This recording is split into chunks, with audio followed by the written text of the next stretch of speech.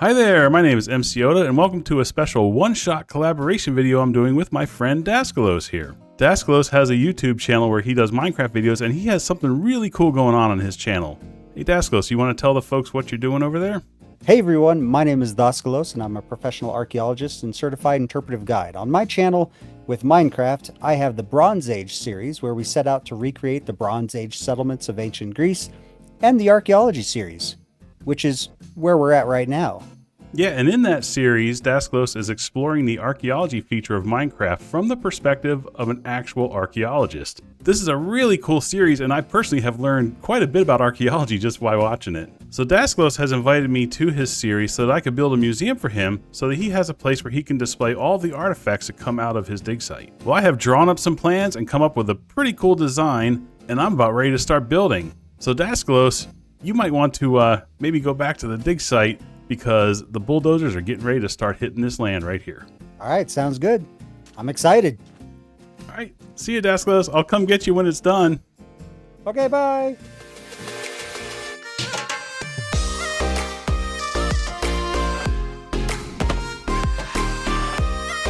Okay, now that Daskalos has gone back to the dig site, I can go ahead and start bulldozing this area and getting it all ready to start building. But real quick, let me show you what my plan is. First of all, in this world, I have superpowers.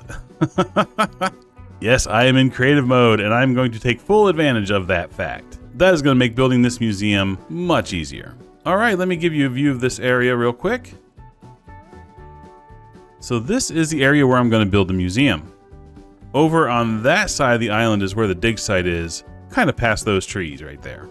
So I decided that I would build the museum here on this side of the island so that people can come visit the museum, read all about the artifacts, and then when they're done, they can walk through a trail through the woods over to the actual ruins so they can see them in person.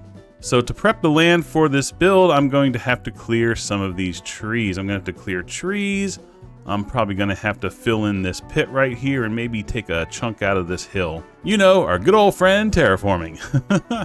Well, I'm going to go ahead and get started on that now, so enjoy this time lapse.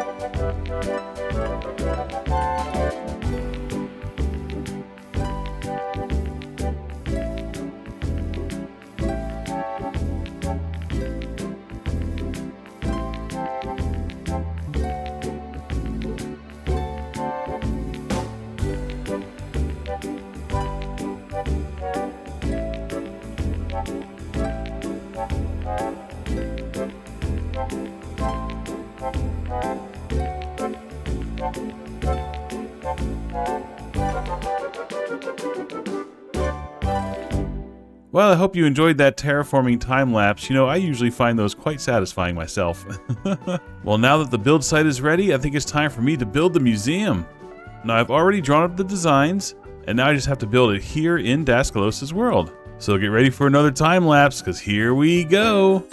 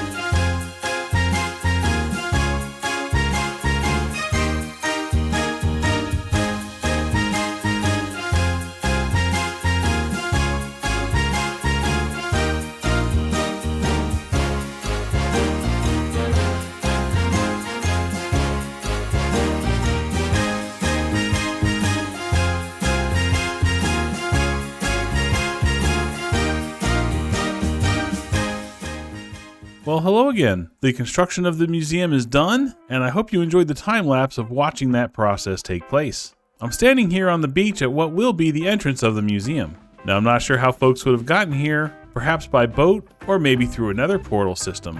Either way, this is the spot where you will have arrived. And now that the museum is built, let's go ahead and do a walkthrough so you can see what the experience is like. Let's first just take a look at the museum from the entrance here. This is the entrance to the walkway leading up to the museum. And this is the view of the museum from this spot. This kind of reminds me of modern museums where the front and the areas that the customers can see are all nice and decorated. But then of course the sides and the backs are a little bit more economical. So that's how I decided to build this, and I think that worked out pretty well. But let's go ahead and walk up the walkway and take a closer look. So as you're coming up the walkway, you can kind of see the decorative colors here on the walls. Just kind of makes things look a little more interesting. And of course here we have this nice deck where you can wait for the museum to open. You know, you can come out here, you can take a nice look at the ocean, this beautiful view. And you know, you can just kind of have a seat and rest while you're waiting for the tour to begin. Now on the main entrance, I chose this color pattern here. This was actually taken directly from one of the buildings in the ruins. And I thought that was a pretty cool color pattern. So I kind of used that as the main decoration here across the top of the museum to really catch your eye. These other decorations that were along the side, this was just a little decoration that I came up with using colors of terracotta that I believe probably would have been used in the ruins. And another thing you'll notice around the museum are these little banners. And they're just kind of plain banners here. I didn't put any decorations on them. And, you know, anytime you go to a modern museum or any tourist attraction, really, you're going to see banners advertising the things that the museum has to offer. So it might be advertisements for a show that's coming up, or it might just tell you what to expect to see when you get inside. But around the museum, you'll kind of see these banners hanging out here and there, and that's really what they represent. Well, let's not wait any longer, and let's go ahead and take a tour through the museum. All right, when you first walk in the museum, this is the atrium. This is the first thing that you're going to see. And this has a recreation of the main tower in the ruined city. Of course, the tower in the city was much taller. We can only fit so much in our building here. But also the tower was actually ruined, and this is just a recreation of what we believe the unruined tower, at least the bottom part, might have looked like. And there will be information here about the tower, which will be filled in by Daskalos whenever he does his interpretation of the site. Another thing you can do is you can actually come up and you can actually climb up into the tower and see what it looks like from the inside, which is really cool. You know, this is something the kids are really going to enjoy. And you can kind of climb up here, and you can even try to peek down and see your friends down in the lobby, although it's a little hard to see the floor from up here. And now when we get back to the front here, we have the souvenir shop. So of course, every museum is going to have souvenirs. You're going to want to remember your trip here by bringing a little something home with you. Another thing I wanted to show you real quick are some of the decorations I put around the room here. So these are some of the glazed terracotta that were found on the ruin sites. And we just kind of arranged those in some patterns that we thought looked nice. Now in this corner of the atrium, this is a map of the island. So you can come up here and you can get a good overview site of how everything is laid out. Of course, this is the museum where you are standing right now. And this shows the nature trail going through. And then this is the actual dig site here. Now, I'm not going to get too close to that because I don't really want to spoil what the dig site looks like. You're going to have to go to Daskalos' channel to see that. But this will show you the lay of the land. And this is a typical thing they have in museums as well. And the final thing here in the atrium is, of course, the tickets and info booth. And if you want to buy tickets, you're obviously going to get in line and walk through the queue, and then you're going to buy your tickets and get any information you want about the place. All right, so now let's go ahead and we have our tickets, so let's go ahead and start our tour of the actual museum. So the first room here, this is the food and agriculture room. I'm going to take a kind of a sweeping look at this room first, give you a feel for it.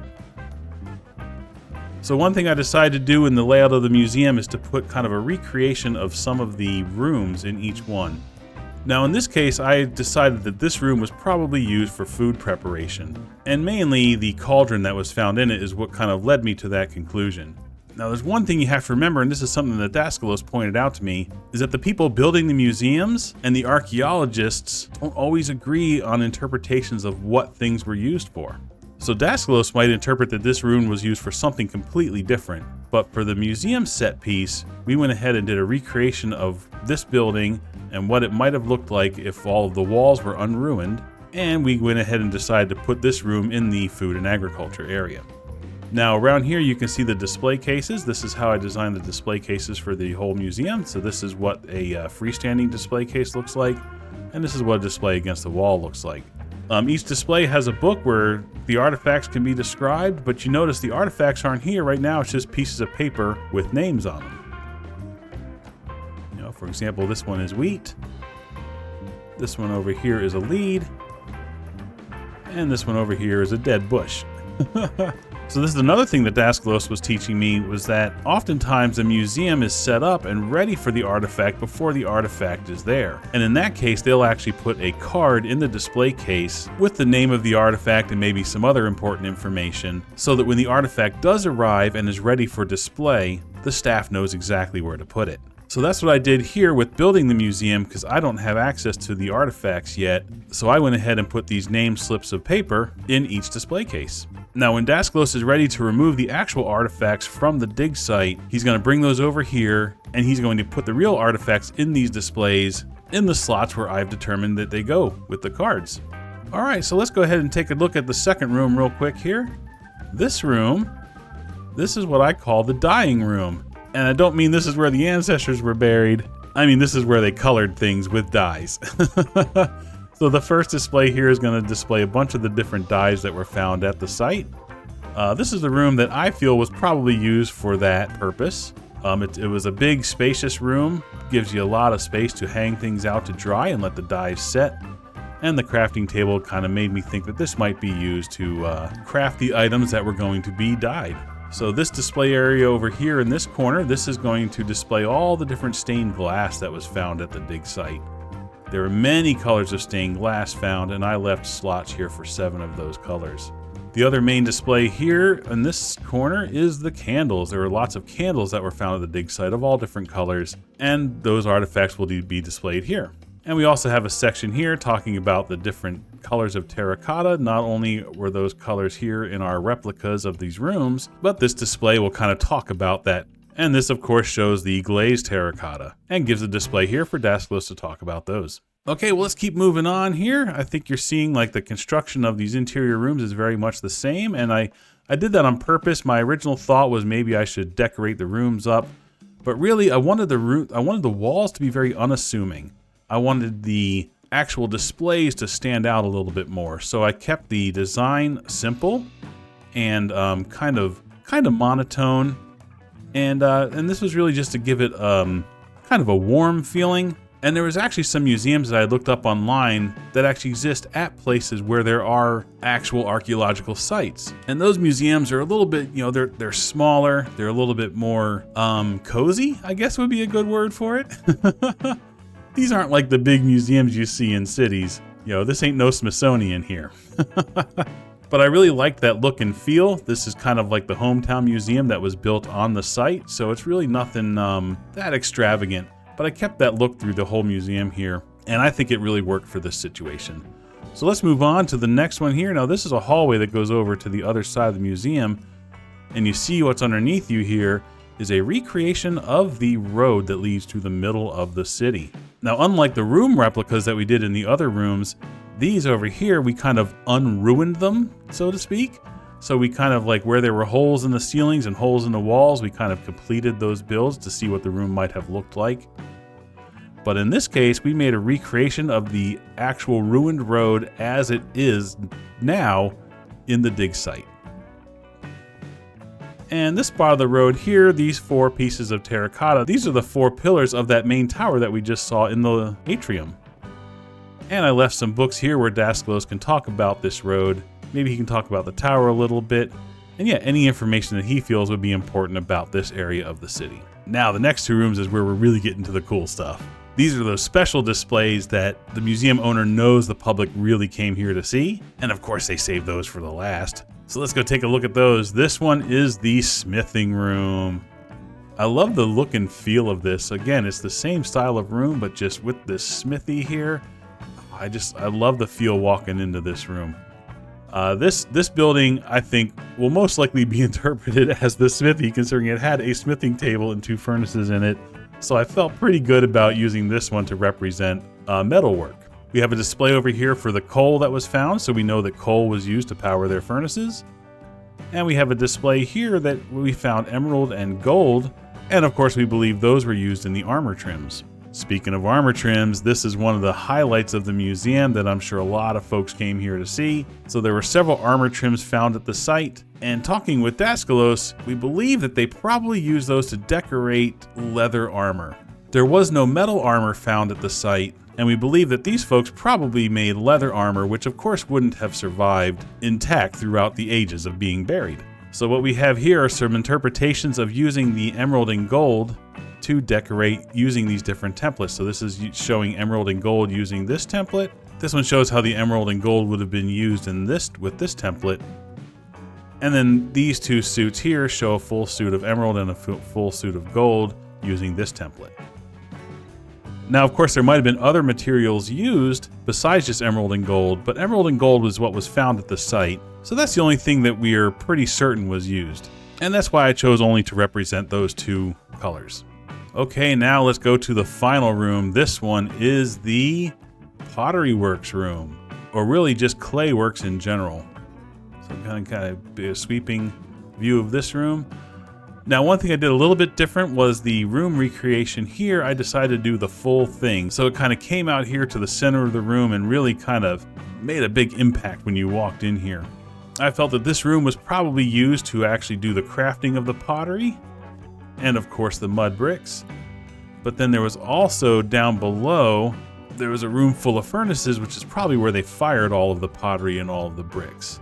Now, we left a little stairwell here going down just a little bit. This obviously doesn't go down to a furnace room, but it just kind of gives you a sense of how the folks would have climbed down to that area. We have a couple displays over here for some of the materials that were found. There was, of course, clay and bricks and flower pots, and those can be talked about here in these displays. But then this is the big display of the pottery sherds.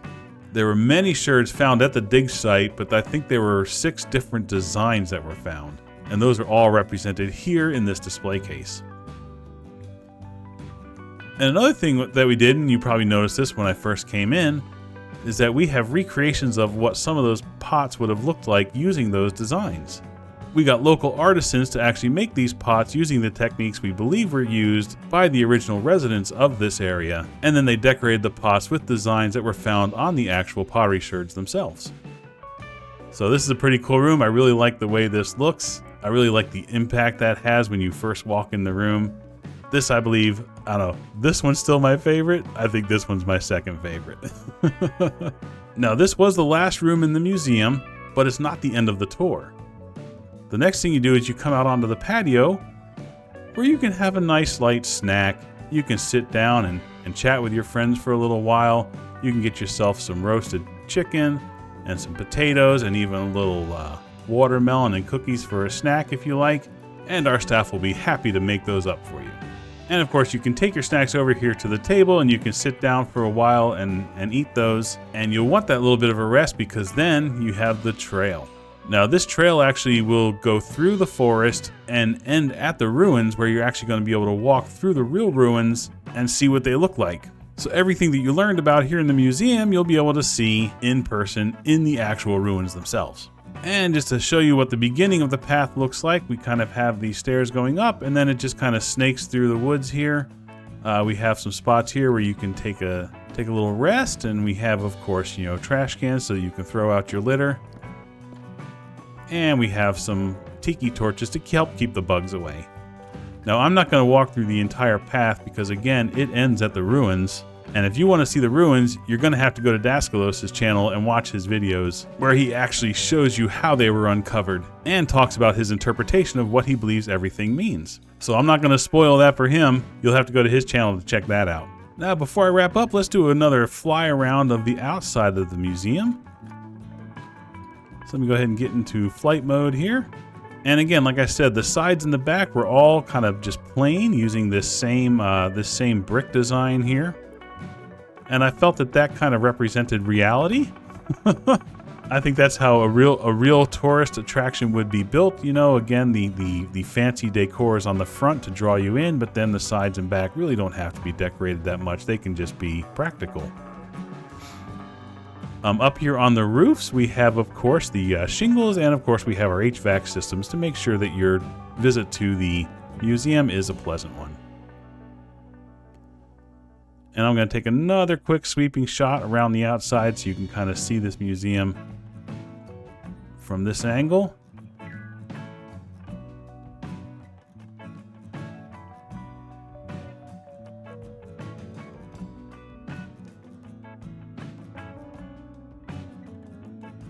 All right, and there you go. So that was my museum that I feel pretty well represents the archaeology feature of Minecraft. I hope you enjoyed watching it be built, and I hope you enjoyed the tour that I took you through. Also, remember to go check out Daskalos' channel. He has his entire archaeology series where he actually digs out that site from top to bottom in a way that a real archaeologist would. It's not only entertaining, it's actually quite informative. And also in his series, this museum will be populated with the actual artifacts. And at the end of his series, he's actually going to provide a world download so you can actually walk through the museum and the ruins yourself. So that's pretty cool. In fact, I'm actually looking forward to that world download myself. One more quick thing I wanted to mention before I go. I had a little bit of help for the interior design from my good friend Zinkberg. He is a very entertaining Minecraft YouTuber, and I was a fan of his before I met him and became his friend. And I would absolutely love it if you went to go check out his channel and take a look and see what he's doing over there. His videos are tons of fun, and he's an excellent builder, and I'm sure you will not be disappointed. So be sure to go check out his channel as well. Well, thanks again for stopping by, and I appreciate that you took time out of your day to come spend it with me. I hope you enjoyed the video, and I hope you go check out Daskalos' channel to go watch the rest of this series. So until next time, you take care of yourself, okay? Bye-bye.